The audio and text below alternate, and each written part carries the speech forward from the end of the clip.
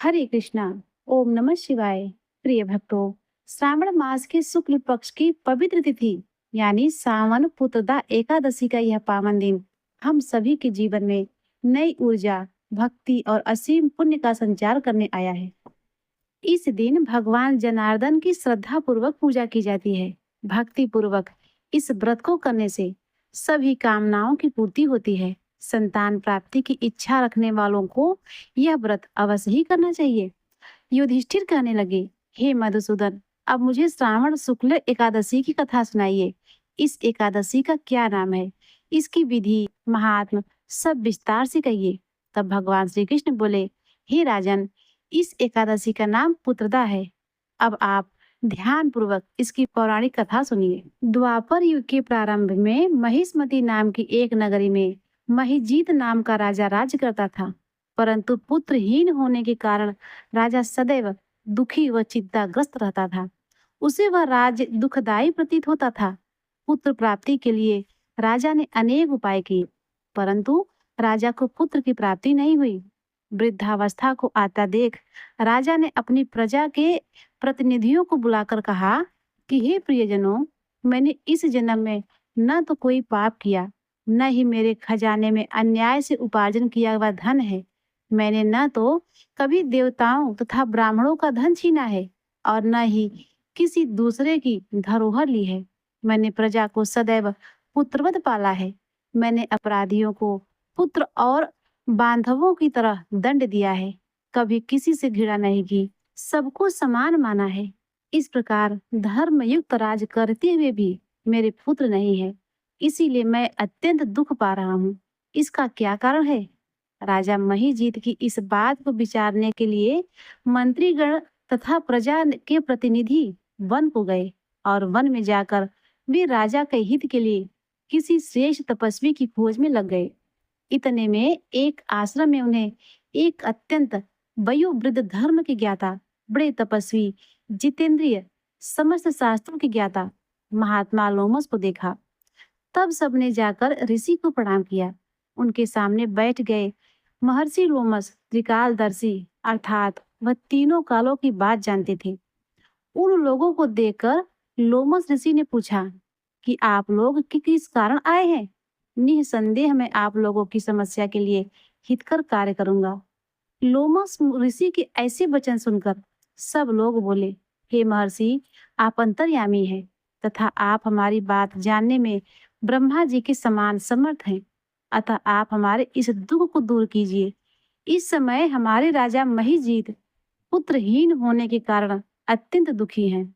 हम लोग उन्हीं की प्रजा हैं, अतः उनके दुख से हम भी दुखी हैं।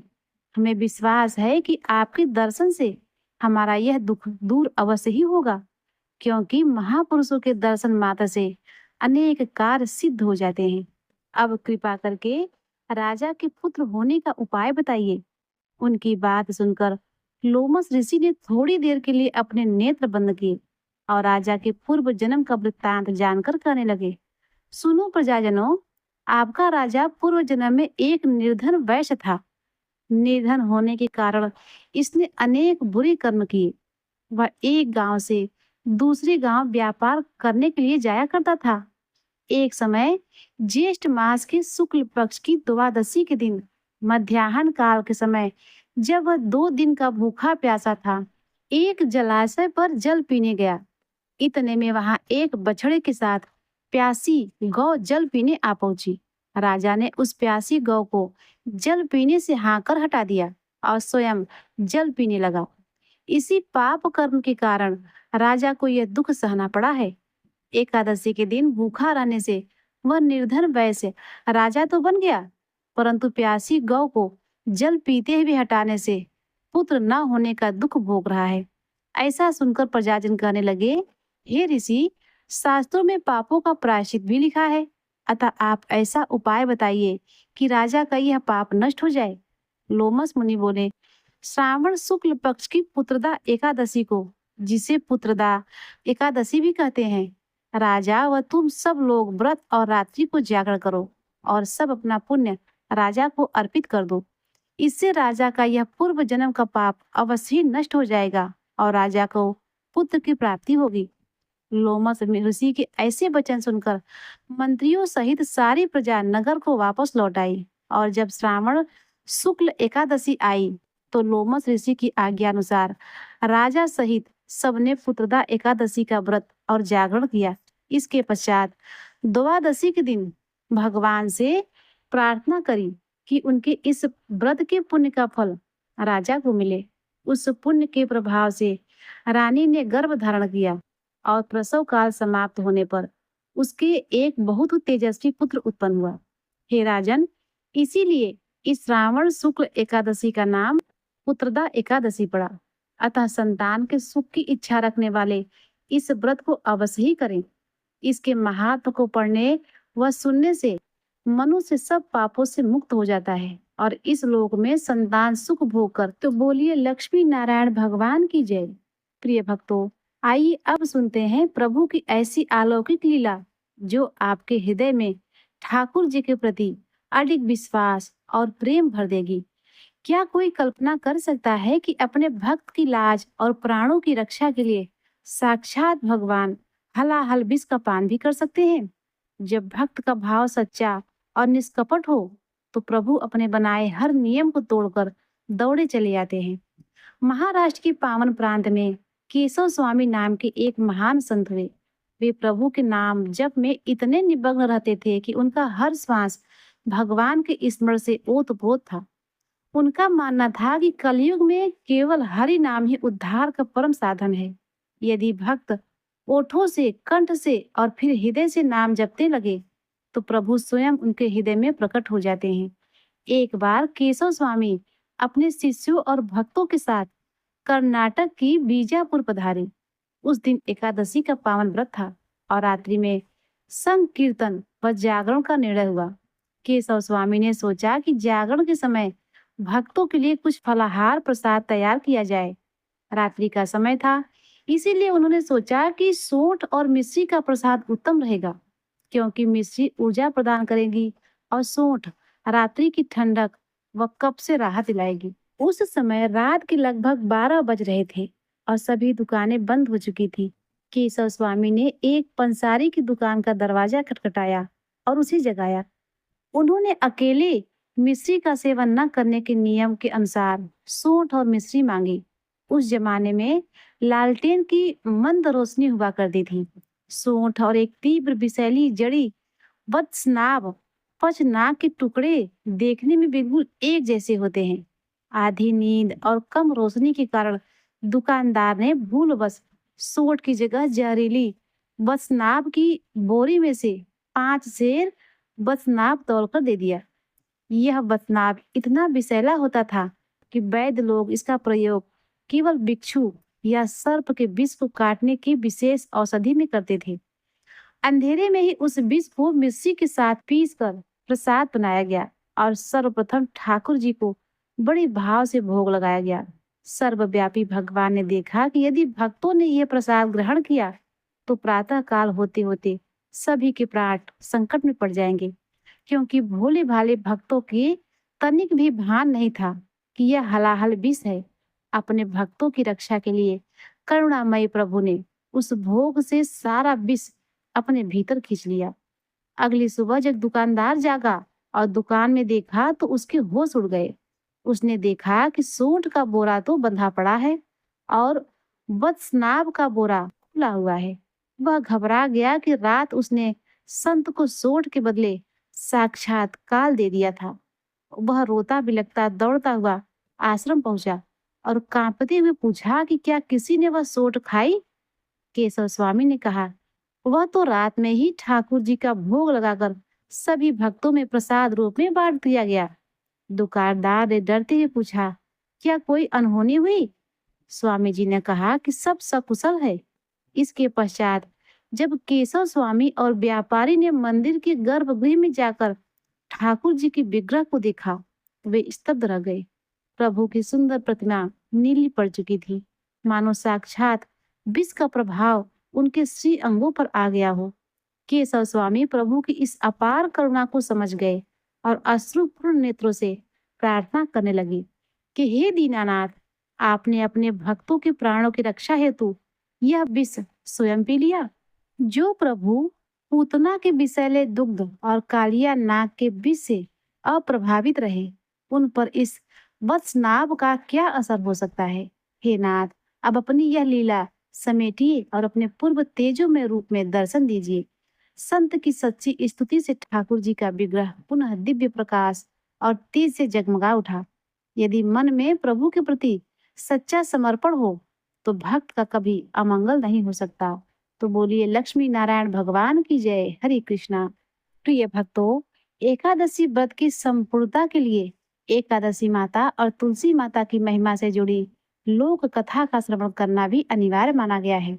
एक गांव में सुखिया नाम की एक धर्मपरायण बूढ़ी माई अपने पुत्र, बहू और पौत्रों के साथ रहती थी। सुखिया नित्य प्रति एकादशी का उपवास रखती, नियम से तुलसी जी को जल अर्पित करती, दीप जलाती और उनकी परिक्रमा करती थी। एक दिन सुखिया की सखियों ने मिलकर द्वारकाधीश जी की तीर्थ यात्रा पर जाने का विचार बनाया। बूढ़ी माई का भी मन द्वारकाधीश के दर्शन करने को हुआ। उन्होंने घर आकर अपने बेटे से अपनी इच्छा व्यक्त की। बेटे ने सहर्ष अनुमति देते हुए यात्रा की पूरी व्यवस्था कर दी। परंतु बूढ़ी माई को चिंता हुई कि उनके जाने के बाद घर के आंगन में लगी तुलसी माता को जल कौन देगा और उनकी सेवा कौन करेगा। बेटे ने अपने माँ को आश्वस्त किया कि वह यह कार्य अपनी पत्नी को सौंप देगा। अगली सुबह बेटे ने अपनी पत्नी से कहा कि माँ तीर्थ यात्रा पर जा रही है। उनके मार्ग के लिए शुद्ध घी और काजू बादाम से पौष्टिक लड्डू बना दो। बहू के मन में ईर्ष्या उत्पन्न हो गई कि उसे तो कभी मायके नहीं भेजा जाता और सास को तीर्थ यात्रा पर भेजा जा रहा है। ऊपर से तुलसी पूजा का भार भी उस पर डाला जा रहा है। ईर्ष्यावश बहू ने एक कुटिल योजना बनाई। उसने आंगन के गमले से तुलसी के पौधों को जड़ सहित उखाड़ दिया और उसे एक पीतल के डिब्बे में भरकर अपनी सास के थैले में रख दिया और वहां कहा कि इसमें काजू बादाम के लड्डू है। सरल हृदय बूढ़ी माई ने अपनी बहू को अखंड सौभाग्यवती होने, धन धान और वंश वृद्धि का ढेरों आशीर्वाद दिया और अपनी सखियों के साथ पैदल द्वारका जी की यात्रा पर निकल पड़ी। मार्ग में जब सभी सखियां विश्राम करने बैठी और भोजन निकालने लगी, तो बूढ़ी माई ने भी अपना पीतल का डिब्बा खोला। भगवान की अद्भुत माया से उस डिब्बे में तुलसी के पौधों की जगह शुद्ध घी के स्वादिष्ट काजू बादाम के लड्डू रखे थे। माई ने ठाकुर जी को भोग लगाया, स्वयं आधा लड्डू खाया और अपनी सखियों में बांट दिया। सखियों ने बहू के इस सेवा भाव की खूब प्रशंसा की। द्वारकाधीश पहुंचकर शाम के समय मंदिर में दर्शनार्थियों की भारी भीड़ थी। बूढ़ी माई लाइन में सबसे पीछे खड़ी थी और मन ही मन प्रार्थना करने लगी कि हे प्रभु, यदि कपाट बंद हो गए तो मैं आपके दर्शन से वंचित रह जाऊंगी। आंखें मूंद कर उन्होंने दीन भाव से द्वारका नाथ को पुकारा। उन्होंने आंखें खोली तो चमत्कार हुआ। वे भीड़ के सबसे आगे खड़ी थी और सामने साक्षात द्वारकाधीश के दिव्य दर्शन हो रहे थे। माई ने अपने डिब्बे में देखा तो उसमें एक लड्डू और एक तुलसी दल बचा हुआ था। उन्होंने संकोच करते हुए वह भेंट पुजारी जी को दे दी कि बड़े बड़े सेठों के 56 भोग के आगे प्रभु उनका यह तुच्छ भोग स्वीकार करेंगे या नहीं। परंतु जब पुजारी जी ने भोग लगाया तो ठाकुर जी के श्रीहस्त में वही लड्डू और तुलसी दल सुशोभित था। बूढ़ी माई की आंखें छलक आई। पुजारी जी ने उन्हें विशेष प्रसाद दिया, जिसे माई ने अपने डिब्बे में सहेज लिया। इधर गांव में जब बेटे ने आंगन में तुलसी का पौधा गायब देखा, तो उसने अपनी पत्नी से पूछताछ की। पत्नी ने भयभीत होकर सच बता दिया कि उसने ईर्ष्या में तुलसी को उखाकर डिब्बे में बंद कर दिया था। क्रोधित होकर बेटे ने अपने पत्नी को घर से निकाल दिया। जब बूढ़ी माई यात्रा से लौटी तो उन्होंने बहू को न पाकर बेटे से पूछा। बेटे ने रोते हुए सारी घटना बता दी। बहू ने उनके साथ कितना बड़ा कपट किया था। इस पर बूढ़ी माई ने बेटे को समझाते हुए कहा, बेटा, बहू से भूल अवश्य हुई, परंतु उसी के कारण मुझे द्वारकाधीश के साक्षात दर्शन हुए और तुलसी माता की कृपा से वह पौधा लड्डू बन गया था। तू तुरंत जा और बहू को बेटा अपनी पत्नी को मायके से ले आया। बहू आते ही सास के चरणों में गिरकर क्षमा मांगने लगी। बूढ़ी माई ने उसे गले से लगाया और कहा कि वह तुलसी माता और एकादशी माता से क्षमा मांगे। जब माई ने द्वारकाधीश से लाया हुआ प्रसाद बच्चों और परिवार को देने के लिए डिब्बा खोला, तो वह डिब्बा बहुमूल्य हीरे मोतियों और रत्नों से जगमगा रहा था। यह देखकर पूरा परिवार प्रभु के चरणों में नतमस्तक हो गया। उस दिन के बाद से बेटा और बहू भी श्रद्धा पूर्वक एकादशी का व्रत रखने लगे और नित्य तुलसी जी की सेवा भी करने लगे। उस धन से बूढ़ी माई ने अनेक जन कल्याण कार्य करवाए, कुएं बावड़ी बनवाए और निर्धन कन्याओं का विवाह करवाया। अंत समय में बूढ़ी माई को प्रभु के परम धाम की प्राप्ति हुई। प्रिय भक्तों, अब आइए सुनते हैं एकादशी माता की कथा। एक बार एक राज्य में एक राजा रहा करता था। राजा बहुत ही बुद्धिमान और बलशाली था। राजा सदा ही अपनी प्रजा का बहुत अच्छे से ध्यान रखता था। प्रजा भी राजा को बहुत पसंद करती थी। राजा की दो बेटियां थी। राजा अपनी दोनों बेटियों से बहुत प्रेम करता था। राजा की छोटी बेटी देखने में बहुत सुंदर और आकर्षक थी और राजा की बड़ी बेटी छोटी बेटी के मुकाबले थोड़ी कम सुंदर थी। राजा की छोटी बेटी एकादशी माता की पूजा करती थी और सभी लोग राजा की छोटी बेटी से बहुत प्रेम करते थे और बहुत प्रशंसा भी किया करते थे। राजा भी अपनी छोटी बेटी को बड़ी बेटी से अधिक प्रेम करता था, जिसके कारण राजा की बड़ी बेटी को अपनी छोटी बहन से बहुत नफरत होने लगी थी। राजा की दोनों बेटियां जब बड़ी हो गई, तब एक पड़ोस के राज्य में रहने वाला राजकुमार राजा की बड़ी बेटी के लिए रिश्ता लेकर आया। लेकिन जैसे ही उस राजकुमार की नजरें राजा की छोटी बेटी पर पड़ा, तो वह राजकुमार राजा की छोटी बेटी पर आकर्षक हो गया और छोटी बेटी से पहली नजर में प्रेम करने लगा। उस राजकुमार ने राजा की बड़ी बेटी के साथ विवाह करने से मना कर दिया और उसने राजा से कहा कि मैं आपकी छोटी बेटी से विवाह करना चाहता हूँ। यह सब देखकर राजा की बड़ी बेटी अपनी छोटी बहन से बहुत क्रोधित हो गई और राजा की बड़ी बेटी ने अपनी छोटी बहन को अपना सबसे बड़ा दुश्मन मान लिया। राजा की बड़ी बेटी ने अपनी छोटी बहन से बदला लेने का निर्णय लिया। राजा की बड़ी बेटी ने अपनी छोटी बहन को जान से मारने का उपाय सोचा। राजा की बड़ी बेटी ने अपनी छोटी बहन को मारने के लिए सबसे पहले एक लड्डू में जहर मिलाकर अपनी छोटी बहन को दे दिया और उसको लड्डू खाने के लिए कहा। लेकिन लड्डू खाने के बाद भी छोटी बहन को कुछ भी नहीं हुआ। बड़ी बहन यह देखकर बहुत आश्चर्यचकित हो गई, लेकिन बड़ी बहन ने हार नहीं मानी। जब उसकी छोटी बहन रात में कमरे में सो रही थी, तब उसने एक मटके में सांप रखकर उसके कमरे में छोड़ दिया। लेकिन सांप भी छोटी बहन का कुछ नहीं बिगाड़ पाया। जिसके बाद बड़ी बहन ने अपनी छोटी बहन से कहा कि चलो हम लोग कुएं में से पानी भरकर लाते हैं। जिसके लिए वह अपनी छोटी बहन को पानी भरने के बहाने कुएं के पास ले गई और उसने अपनी छोटी बहन को कुएं में धक्का दे दिया।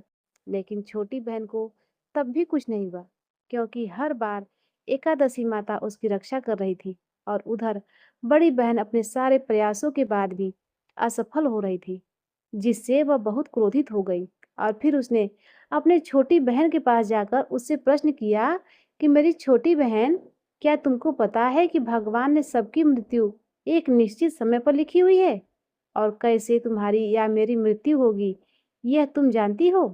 तब छोटी बहन ने अपनी बड़े बहन को बताया कि हाँ दीदी, मैं तो जानती हूँ मेरी मृत्यु कैसे होगी।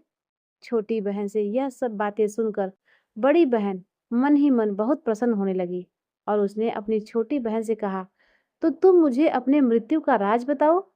तब छोटी बहन ने अपनी बड़ी बहन से कहा कि मेरी मृत्यु तो एक तोते में है।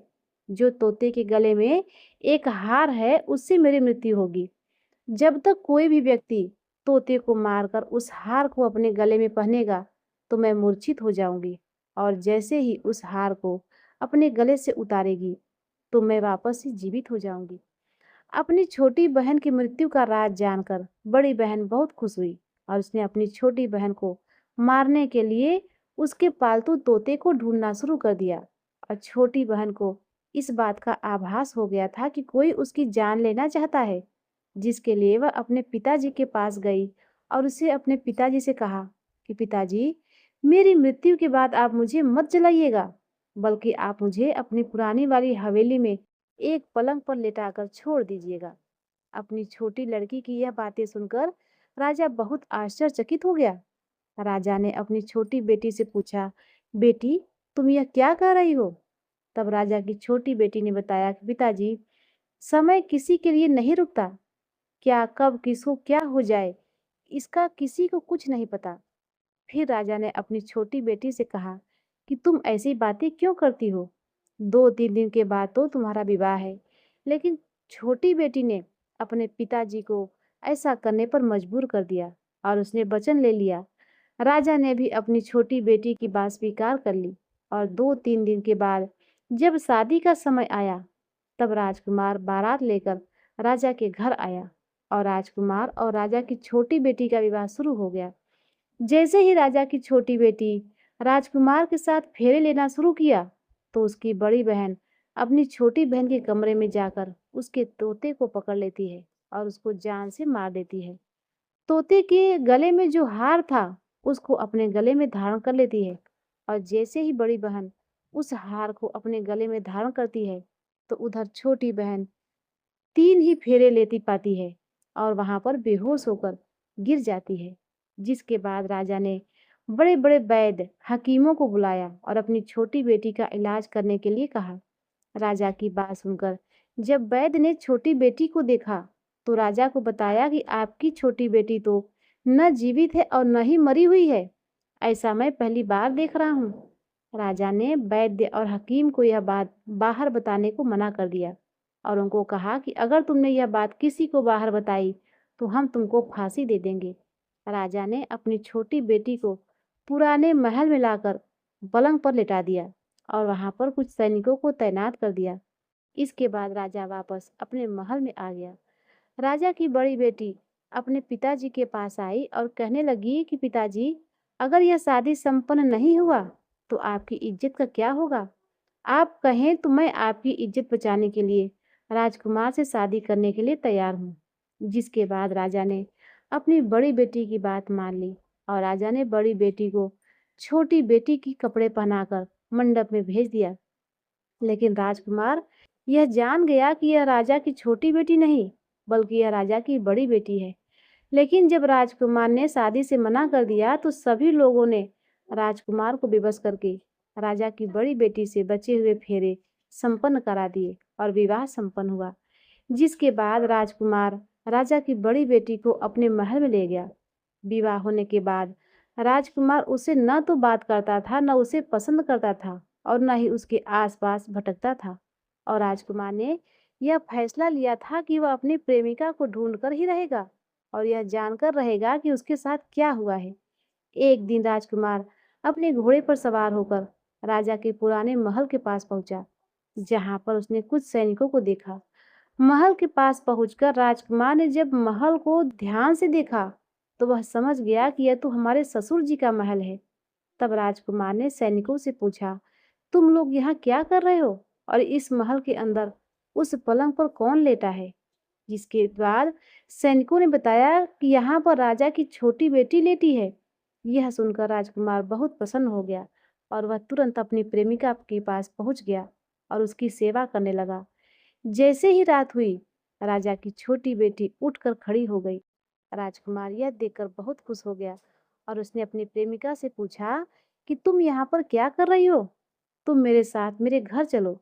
राजा की छोटी बेटी ने राजकुमार को सारी बातें बता दी कि मेरी जान एक तोते में बसती थी और मैंने यह बात सिर्फ अपनी बहन को बताई थी और मुझे पता है कि उसी ने मुझे मारने का प्रयास किया है। उसके पास एक हार है जिसको वह सुबह पहन लेती है और रात को उतार देती है। जब तक वह हार को पहने रखती है, तब तक मैं मूर्छित रहती हूँ और जैसे ही वह हार को उतार देती है, तो मैं जीवित हो जाती हूँ। और जब तक मेरी बड़ी बहन के पास वह हार रहेगा, तब तक मैं ऐसी ही जीवित और मूर्छित होती रहूंगी। अगर मेरी बड़ी बहन के पास से जो हार है वह मेरे हाथ लग जाए, तो मैं हमेशा के लिए जीवित हो जाऊंगी। राजकुमार यह सब बातें सुनकर राजा की छोटी बेटी के पास रहने का निर्णय ले लेता है और उनसे अपने बचे हुए सारे फेरे उस पलंग पर लेटी हुई राजकुमार की छोटी बेटी के साथ ले लिया और अपना विवाह पूर्ण कर लिया और वहीं पर वह रहने लगा। देखते देखते कुछ समय में राजा की छोटी बेटी और राजकुमार की पत्नी गर्भवती हो गई। एक दिन राजकुमार को किसी काम से बाहर जाना पड़ा। तब छोटी बहन के पेट में बहुत तेजी से दर्द होने लगा, जिसके बाद उसने माता का आवाहन किया। जिसके बाद वहां माता प्रकट हुई और उन्होंने अपने भक्त के दर्द को दूर किया और एक पुत्र की प्राप्ति करवाई। और वहीं पर अचानक से राजकुमार भी आ गया। राजकुमार ने ग्यारस माता को देखा तो वह आश्चर्यचकित रह गया और उसने तुरंत ग्यारस माता को प्रणाम किया। और ग्यारस माता ने राजकुमार से कहा कि जब तुम्हारा पुत्र 5 वर्ष का हो जाए तो तुम आकर अपनी पत्नी का हार उसके गले में डाल देना। देखते ही देखते राजकुमार और राजा की छोटी बेटी का पुत्र 5 वर्ष का हो जाता है। तो राजकुमार अपने बेटे से कहता है कि बेटा, मैं कुछ काम से बाहर जा रहा हूँ, तुम अपनी माता का ध्यान रखना। और वहां से चला जाता है। राजा को बाहर निकलता देख बड़ी बहन के सैनिक देख लेते हैं और बड़ी बहन को जाकर सारी बातें बता देते हैं। जिसके बाद बड़ी बहन अपनी छोटी बहन के पुत्र को यहाँ से उठवा लेती है और उसको मरवा देती है। छोटी बेटी के पुत्र को 2 टुकड़े करवा देती है। पहला टुकड़ा चक्की के पास छुपा देती है और दूसरा टुकड़ा अपने पलंग के नीचे रख देती है। अब ग्यारस माता भिखारी का रूप लेकर आती हैं और एक भिखारी का रूप रखकर बड़ी बहन के पास चली जाती हैं। जिसके बाद वहां पर भिक्षा मांगने लगती हैं। तो बड़ी बहन अपने नौकरों से कहती है कि जाकर भिक्षा दे दो। लेकिन जैसे ही नौकर ग्यारस माता को भिक्षा देने के लिए आते हैं तो माता उन्हें मना कर देती है और कहती है कि मैं तुम्हारी महारानी से भिक्षा लूंगी। जिसके बाद बड़ी बहन स्वयं ही भिक्षा देने के लिए माता के पास आती है। तब माता एक बिल्ली का रूप लेकर उसके कमरे में चली जाती हैं और वहां पर छोटी बेटी के पुत्र के दोनों टुकड़े को आपस में जोड़ देती हैं और उसे जीवित कर देती हैं। फिर उसे वहां से ले जाती हैं। राजकुमार अपने बेटे को लेकर अपने पत्नी के पास जाता है और उससे कहता है कि तुम इसका ध्यान रखना। अगर तुम इस बच्चे को अच्छे से ध्यान रखोगी तो मैं तुमसे बात करूंगा। एक दिन राजकुमार अपने बच्चे से कहता है कि तुम मम्मी से उसके गले का हार मांग लो। तो अपने पिता की बात मानकर राजकुमार का लड़का अपने मम्मी के पास जाता है और कहता है, माँ, मुझे तुम्हारा हार चाहिए। यह सुनकर पहले तो बड़ी बहन बहुत क्रोधित होती है, पर उसको यह याद आता है कि राजकुमार ने कहा था कि अगर मैं इस बच्चे का ध्यान अच्छे से रखूंगी तो वह मुझसे बात करेंगे। जिसके कारण वह हार उस बच्चे को दे देती है और वह तुरंत हार को ले जाकर अपने पिताजी को दे देता है। और तभी राजकुमार अपने बेटे को लेकर वहां से जाने लगता है और अपनी पत्नी से कहता है कि तुम हमारे लिए खाना बनाकर रखना, मैं शाम को आकर तुम्हारे साथ खाना खाऊंगा। और वह अपने बेटे को लेकर वहां से चला जाता है। जिसके बाद वह राजा के पास जाता है और उसको सारी बातें बता देता है।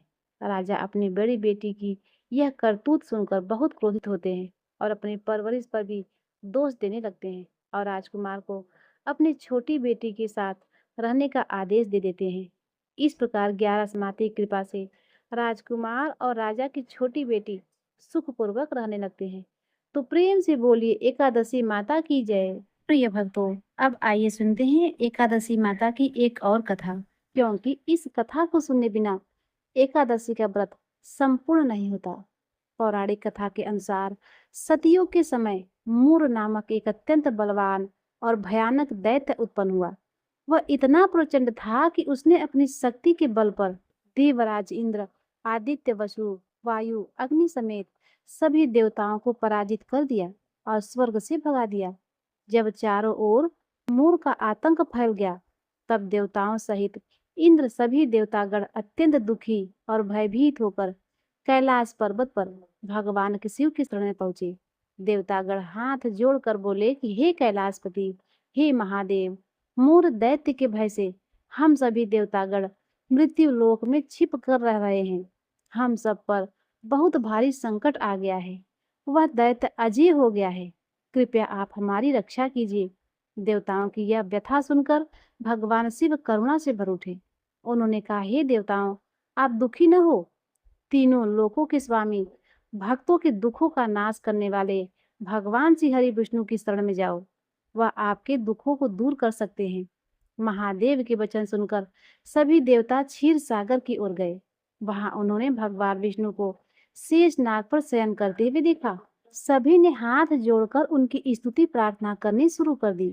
देवतागण बोले, हे देवताओं द्वारा स्तुति करने योग्य प्रभु, आपको बारंबार नमस्कार है। हे मधुसूदन, आपको हमारा नमस्कार है। आप ही देवताओं की रक्षा करने वाले हैं। कृपया आप हमारी रक्षा करें। दैत्यों से भयभीत होकर हम सब इस समय आपकी शरण में आए हैं। देवराज इंद्र सहित देवताओं के ऐसे वचन सुनकर भगवान विष्णु ने योग निद्रा से उठकर प्रेम पूर्वक पूछा कि हे देवताओं, ऐसा कौन सा व्यक्ति है जिसने सभी देवताओं को पराजित कर दिया है? उसका नाम क्या है? उसमें कितना बल और कहाँ निवास करता है वह? यह सब मुझे विस्तार से बताओ। तब देवराज इंद्र ने सारा वृत्तांत सुनाया कि हे प्रभु, प्राचीन समय में नाड़ी जंग नामक एक राक्षस था। उसी का महापराक्रमी और लोक विख्यात पुत्र मूर हुआ है। उसकी चंद्रवती नाम की नगरी है। उसी ने स्वर्ग से सब देवताओं को निकालकर वहां अपना आधिपत्य जमा लिया है। प्रभु, उसने इंद्र, अग्नि, वरुण, यम, वायु सभी देवताओं को उनके अधिकार से वंचित कर दिया है। उस दैत्य का अत्याचार तो इतना बढ़ चुका है कि वह स्वयं ही सूर्य चंद्र बनकर प्रकाश करता है और स्वयं ही मेघ बनकर बैठा है और सबसे अजीब हो गया है। इंद्र ने प्रार्थना की कि असुर निकंदन, आप उस दुष्ट मूर को मारकर देवताओं को अभय प्रदान कीजिए। देवताओं की बात सुनकर भगवान विष्णु ने आश्वासन दिया कि हे देवताओं, आप परेशान न हो, मैं शीघ्र ही उसका संहार करूंगा। तुम इस समय चंद्रावती नगरी में मेरे साथ चलो। यह कहकर भगवान विष्णु सभी देवताओं सहित चंद्रावती नगरी की ओर चल दिए। उस समय दैत्य मूर अपनी सेना सहित युद्ध में जोर से गरज रहा था। जब स्वयं भगवान विष्णु रणभूमि में आए तो दैत्य मूर भी अस्त्र शस्त्र लेकर उन पर दौड़ा। भगवान ने अपने तेज बाणों से बहुत सारे दैत्यों का संहार कर दिया, लेकिन मूर अकेला ही शेष रहा और छल भाव से भगवान के साथ निर्भय होकर युद्ध करता रहा। मूर को मारने के लिए भगवान जो भी अस्त्र चलाते, वे सब उसके लिए पुष्प बाण बन जाते। दोनों के बीच यह भयंकर द्वंद्व युद्ध 10,000 वर्षों तक चलता रहा। इतने लंबे समय तक लगातार युद्ध करने से जब भगवान विष्णु थक गए, तब वे बद्रिकाश्रम की ओर चले गए। वहां उन्होंने श्रृंगावती नामक एक गुफा में प्रवेश किया और विश्राम करने के लिए योग निद्रा में सो गए। वहां गुफा अत्यंत लंबी थी और उसका केवल एक ही द्वार था। भगवान को योग निद्रा की गोद में सोया देखकर दैत्य मूर भी उनके पीछे पीछे गुफा में गया। मूर ने सोचा कि यह अच्छा मौका है, भगवान सो रहे हैं, क्यों न मैं उन्हें यही मार डालूं। मूर जैसे ही भगवान को मारने के लिए तैयार हुआ, तभी एक चमत्कार हुआ। भगवान विष्णु के भीतर से अत्यंत उज्जवल कांति वाली दिव्य और तेजस्वी देवी प्रकट हुई। देवी ने जब अपने सामने मूर नामक दैत्य को युद्ध करने के लिए तत्पर देखा, तो उन्होंने उसे युद्ध के लिए ललकारा। देवी और दैत्य मूर के बीच भयंकर युद्ध हुआ और देवी ने तत्काल मूर दैत्य की मौत के घाट उतार दिया। उधर भगवान विष्णु योग निद्रा की गोद से जब जागे तो उन्होंने मूर को मरा हुआ देखा, तो वे सारी बातें जान गए कि यह सब उनकी शक्ति का प्रभाव है। तब भगवान विष्णु ने उस परम शक्ति स्वरूपा देवी से कहा, हे देवी, आपने मेरे शरीर से एकादशी के दिन जन्म लिया है, अतः आप एकादशी माता के नाम से पूजित होंगी।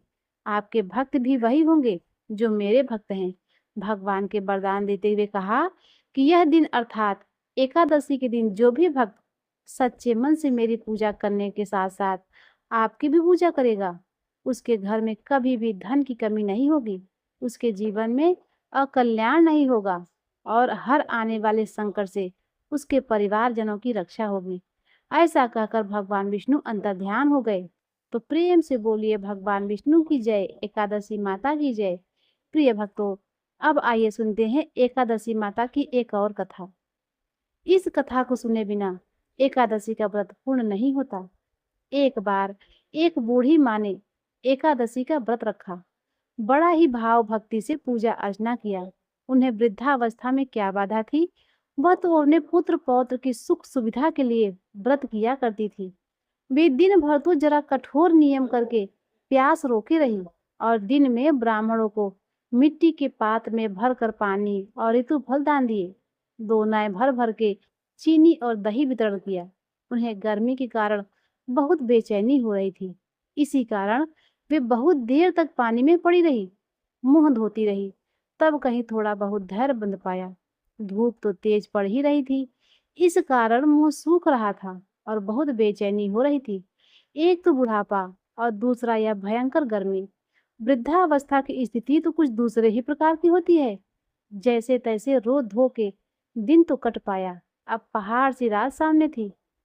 उसका कटना बड़ा कठिन दिखाई दे रहा था। खटिया पर पड़े पड़े शांति नहीं मिल रही थी। वे बार बार करवट बदल रही थी। अनेक बार वे बाहर जाती और भीतर आती। उनके घर के अंदर शांति नहीं थी। वे खटिया पर पड़ी पड़ी एकादशी माता का स्मरण करती रही। वे कहती रही कि हे एकादशी माता, आप मेरी लाज रखिएगा। आप मुझे शक्ति और शांति दीजिएगा, जिससे मैं यह कठिन व्रत कर सकूं और यह पहाड़ सी रात शांतिपूर्वक व्यतीत कर सकूं। प्यास के कारण बूढ़ी माँ की बेचैनी तो बढ़ ही रही थी। उन्होंने धैर्य रखने का बहुत प्रयास किया, किंतु सहनशीलता की सीमा टूट गई और वे घबराकर एकदम से चिल्ला उठी। बोली कि बचाओ बचाओ। अम्मा का चिल्लाना सुनकर परिवार भर के नर नारी, बच्चे और पड़ोसी एकत्रित होकर बूढ़ी अम्मा की खटिया के समीप पहुंच गए। सबने पूछा, अम्मा, आपको क्या हुआ? आप क्यों चिल्ला रही हैं? आप इस वृद्धावस्था में यह कठिन व्रत क्यों कर रही हैं? अम्मा जी, शक्ति से ही भक्ति होती है। थोड़ी ही देर में वे फिर से बोली, अरे मेरे प्राण निकली जा रहे हैं। मेरी छाती पर ठंडे पानी का घड़ा तो रख दो। अब नातियों ने दादी की छाती पर ठंडे पानी का पात्र रख दिया। तब उन्हें कहीं थोड़ा बहुत आराम मिला और थोड़ी ही देर के लिए उन्होंने अपनी आंखें बंद कर ली। तब एकादशी ने माता ने सोचा कि यह बूढ़ी अम्मा तो बड़ी कठोर है, जरा जाकर उनकी परीक्षा लेनी चाहिए।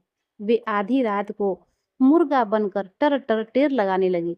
मुर्गे की आवाज सुनकर दादी जल्दी से उठी और बाहर जाकर आसमान की ओर देखा, किंतु आसमान में कहीं उन्हें प्रातःकालीन तारा नजर नहीं आया।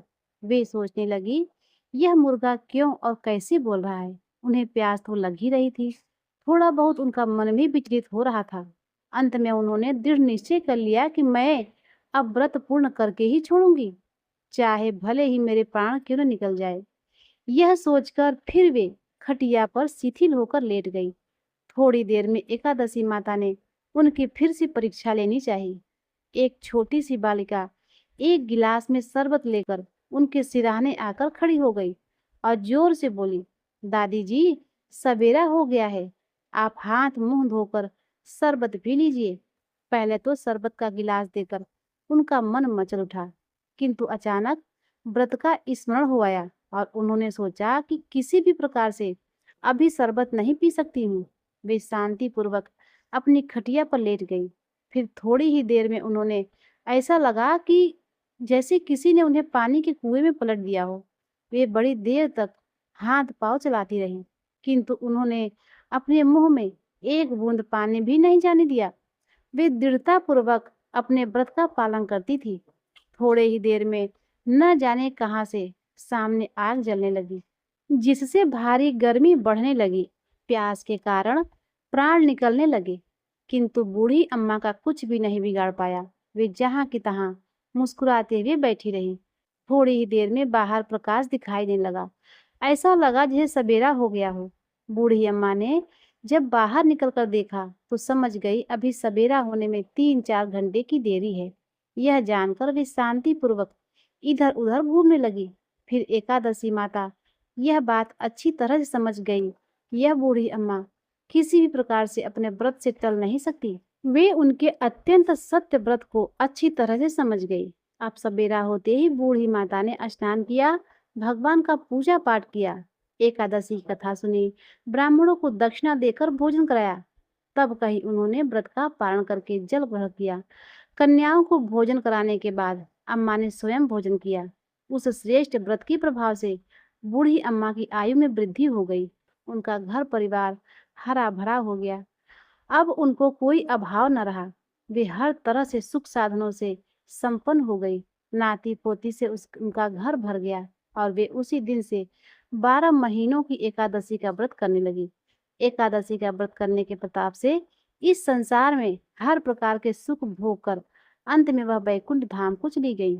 हे एकादशी माता, जैसी बूढ़ी अम्मा और उनके परिवार पर आपने कृपा किया और उनके परिवार को हरा भरा किया, ऐसे ही एकादशी माता हम सभी की मनोकामनाओं को पूर्ण करो। तो प्रेम से बोलिए लक्ष्मी नारायण भगवान की जय, एकादशी माता की जय। प्रिय भक्तों, अब आइए सुनते हैं एकादशी माता की आरती। ओम जय एकादशी, जय एकादशी, जय एकादशी माता। विष्णु पूजा व्रति को धारण कर शक्ति मुक्ति पाता। ओम जय एकादशी, जय एकादशी, जय एकादशी माता। तेरे नाम गिनाऊं देवी, भक्ति प्रदान करनी। गुण गौरव की देवी माता, शास्त्रों में वर्णी। ओम जय एकादशी, जय एकादशी, जय एकादशी माता। विष्णु पूजा व्रति को धारण कर शक्ति मुक्ति पाता। मार्ग शीर्ष के कृष्ण पक्ष में उत्पन्न होती, शुक्ल पक्ष में मोक्षदायिनी पापों को धोती। ओम जय एकादशी, जय एकादशी, जय एकादशी माता। विष्णु पूजा व्रति को धारण कर शक्ति मुक्ति पाता।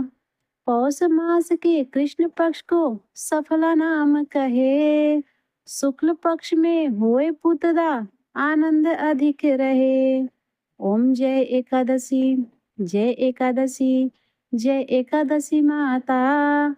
विष्णु पूजा व्रति को धारण कर शक्ति मुक्ति पाता। नाम खट दिला माघ मास में कृष्ण पक्ष आवे, शुक्ल पक्ष में जया कहावे विजय सदा पावे। ओम जय एकादशी, जय एकादशी, जय एकादशी माता। विष्णु पूजा व्रति को धारण कर शक्ति मुक्ति पाता। विजया फाल्गुन कृष्ण पक्ष में शुक्ला आम्ल की, पाप मोचनी कृष्ण पक्ष में चैत्र माह बल की। ओम जय एकादशी, जय एकादशी, जय एकादशी माता। विष्णु पूजा व्रति को धारण कर शक्ति मुक्ति पाता। चैत्र शुक्ल में नाम कामदा धन देने वाली, नाम बरुतनी कृष्ण पक्ष में बैसाख माह वाली। ओम जय एकादशी, जय एकादशी, जय एकादशी माता। विष्णु पूजा व्रति को धारण कर शक्ति मुक्ति पाता। शुक्ल पक्ष में होए मोहिनी अपरा ज्येष्ठ कृष्ण पक्षी, नाम निर्जला सब सुख करनी शुक्ल पक्ष रखनी। ओम जय एकादशी, जय एकादशी, जय एकादशी माता। विष्णु पूजा व्रति को धारण कर शक्ति मुक्ति पाता। योगिनी नाम आषाढ़ में जानो कृष्ण पक्ष वरिणी, देवसैनी नाम कहावे शुक्ल पक्ष धरिणी। ओम जय एकादशी, जय एकादशी, जय एकादशी माता। विष्णु पूजा व्रति को धारण कर शक्ति मुक्ति पाता। कामिका श्रावण मास में आवे कृष्ण पक्ष कहिए, श्रावण शुक्ल होए पुत्रदा आनंद से रहिए। ओम जय एकादशी, जय एकादशी, जय एकादशी माता। विष्णु पूजा व्रति को धारण कर शक्ति मुक्ति पाता। अजा भाद्रपद कृष्ण पक्ष की परिवर्तनी शुक्ला, इंदिरा अश्विनी कृष्ण पक्ष में व्रत से भव सागर निकला। ओम जय एकादशी, जय एकादशी, जय एकादशी माता। विष्णु पूजा व्रति को धारण कर शक्ति मुक्ति पाता। पापा कुंसा है शुक्ल पक्ष में पाप हरण हारी, रमा मास कार्तिक में आवे सुखदायक भारी। ओम जय एकादशी, जय एकादशी, जय एकादशी माता। विष्णु पूजा व्रति को धारण कर शक्ति मुक्ति पाता। देवोत्थानी शुक्ल पक्ष की दुख नाशक मैया, लौंद मास में करो विनती, पार करो नैया। ओम जय एकादशी, जय एकादशी, जय एकादशी माता। विष्णु पूजा व्रति को धारण कर, शक्ति मुक्ति पाता। शुक्ल लौद में होए पद्मिनी, दुख दारिद्र हरणी। परमा कृष्ण पक्ष में होती, जन मंगल करणी। ओम जय एकादशी, जय एकादशी, जय एकादशी माता। विष्णु पूजा व्रति को धारण कर, शक्ति मुक्ति पाता। जो कोई आरती एकादशी की भक्ति सहित गावे, जन रघुनाथ स्वर्ग का वासा निश्चय वह पावे। ओम जय एकादशी, जय एकादशी, जय एकादशी माता। विष्णु पूजा व्रति को धारण कर, शक्ति मुक्ति पाता।